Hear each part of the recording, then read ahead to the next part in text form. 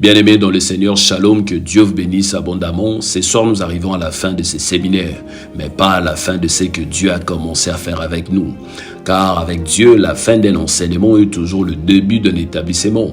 Et depuis 3 jours, le Seigneur, il nous a pas seulement parlé, mais il nous a conduit pas à pas pour comprendre la réalité spirituelle attachée aux maisons type des Laban. Et le premier jour, nous avons compris que la maison de Laban n'est pas un mythe biblique, mais un système spirituel réel encore actif de nos jours dans plusieurs familles. Le deuxième jour, nous avons compris que cette maison agit par le sang et le nom que nous portons. Ce n'était pas pour rien que l'ange a posé à Jacob la question de savoir quel était ton nom. Et aussi par le fondement familial, et que seule une autorité plus élevée peut la réduire au silence. C'est Jésus à travers la puissance agissante de son sang.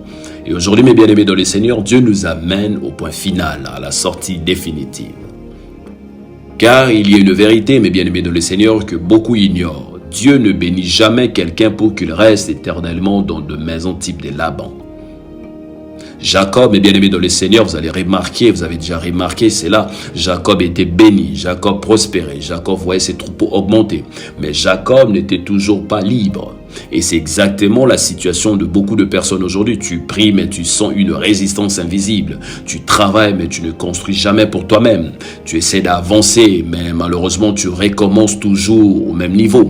Tu réussis, mais quelqu'un d'autre en profite de ton effort. Bien-aimé, laisse-moi te dire qu'il existe de personnes type de là-bas dans nos familles et dans notre entourage.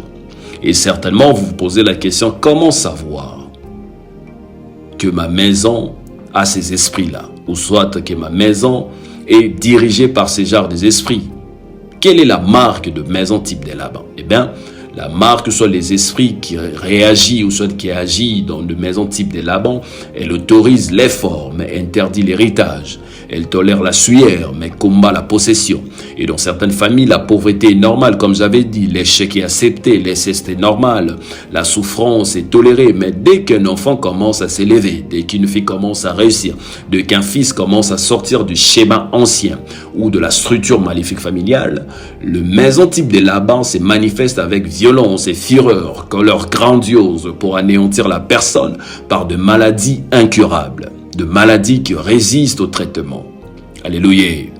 Mais écoutez-moi bien, mes bien-aimés dans le Seigneur, Dieu n'est pas un Dieu d'exploitation, Dieu est un Dieu d'alliance. C'est pourquoi Dieu parle à Jacob et lui dit, retourne dans le pays de tes pères et je serai avec toi. Cela veut dire, sors de ces systèmes, quitte cet endroit, laisse cet endroit, sors de cette relation. Abraham quitte la maison et les pays de son père. Une chose est sûre, je prendrai la responsabilité de ta vie. Mais bien aimé dans le Seigneur, on ne sort pas de la maison de Laban par la colère. On n'en sort pas par la rébellion. On n'en sort pas par la fuite émotionnelle. On en sort par une instruction divine venant de Dieu et une couverture spirituelle. Et aujourd'hui, Dieu ne te parle pas pour te troubler. Il te parle pour te positionner car c'est ta saison. Je croyais que tu allais me donner un amen. Et bien aimé dans le Seigneur, il est aussi important de comprendre ceci. Quitter la maison de Laban ne veut pas dire rejeter sa famille, rejeter ses frères et sœurs, rejeter ses parents, mais plutôt quitter le maison type de Laban, c'est retirer à cette famille le droit légitime et légal spirituel de contrôler ta destinée, de contrôler ta vie, ta santé, ton foyer. Alléluia. C'est-à-dire, tu peux aimer ta famille, mais refuser ses chaînes. Tu peux honorer tes parents, mais refuser leur cycle maléfique. Tu peux respecter ton origine, sans répéter ses échecs, ses erreurs. C'est ici que le sang de Jésus devient une frontière spirituelle. Je suis dans la famille, mais je refuse catégoriquement le système de ma famille, le système d'échec, le système d'inceste, le système de limitation. Je refuse cela dans le nom de Jésus. Le sang de Jésus, mes bien-aimés dans le Seigneur, le sang de Jésus-Christ ne sert pas seulement à pardonner les péchés. Le sang sert aussi à séparer le saison, à séparer l'ancien du nouveau, à séparer la servitude de la liberté, à séparer ce que tu as hérité d'une manière négative de ce que Dieu a décidé maintenant de faire concernant ta destinée. Comme j'avais dit hier, mes bien-aimés, là où ton sang familial parle d'échec, le sang de Jésus parle réussite. Là où ton sang parle retard, le sang de Jésus parle accélération. Là où ton sang parle instabilité, le sang de Jésus parle établissement, restauration, récupération. C'est pour cela que la maison de Laban ne négocie jamais avec le sang de Jésus-Christ.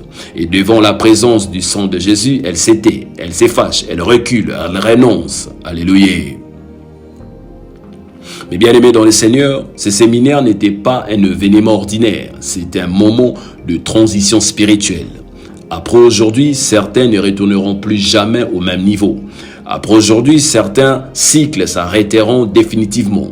Après aujourd'hui, vos enfants ne vivront pas ce que vous avez vécu.